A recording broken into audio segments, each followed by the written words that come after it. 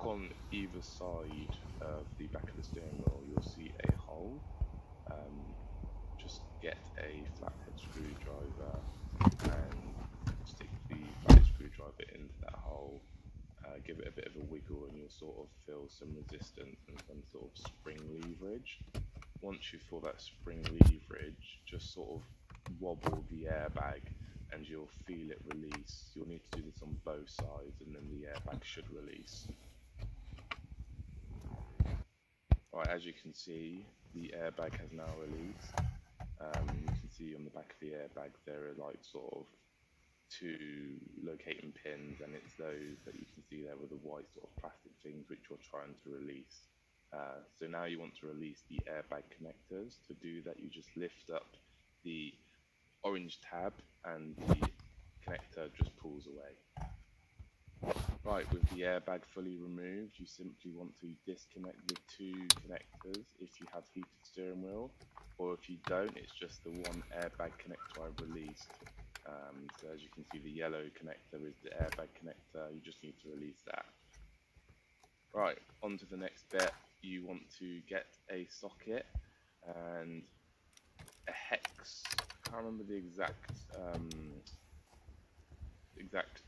socket connector that you need, but you need to find one that will go into the whole of the steering wheel. You'll just want to release that. Something really important to note, once you've removed the nut, before you go ahead and remove your steering wheel, make note of the two notches that I've just shown. That's really important. If the steering wheel goes back on and it goes on different to how it came off of those notches, you will have to get your car realigned because the steering wheel won't sit straight. So definitely make note. As you can see, once you've undone the big bolt with your socket set, the steering wheel literally just pulls away.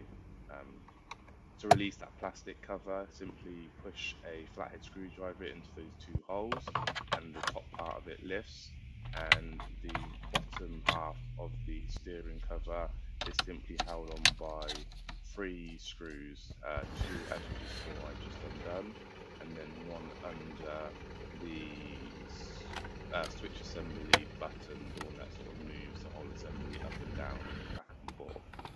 To remove that bit, you simply just really give it a lot of pressure in the little hole that I just showed you.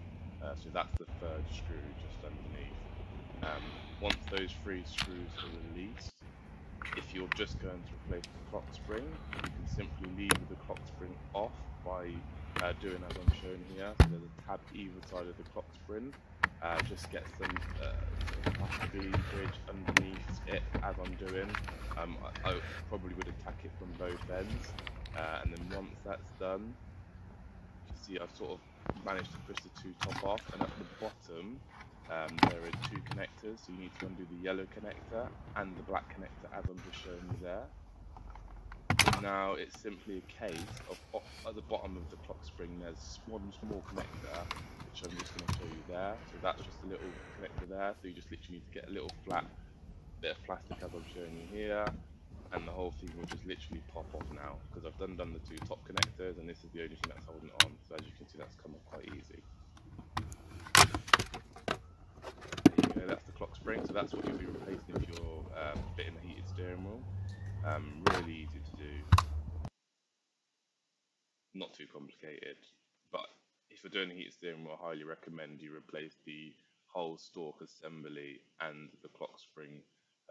To remove the rest of the stalk assembly is one bolt on the side of it, and then the whole thing lifts off. So there you go.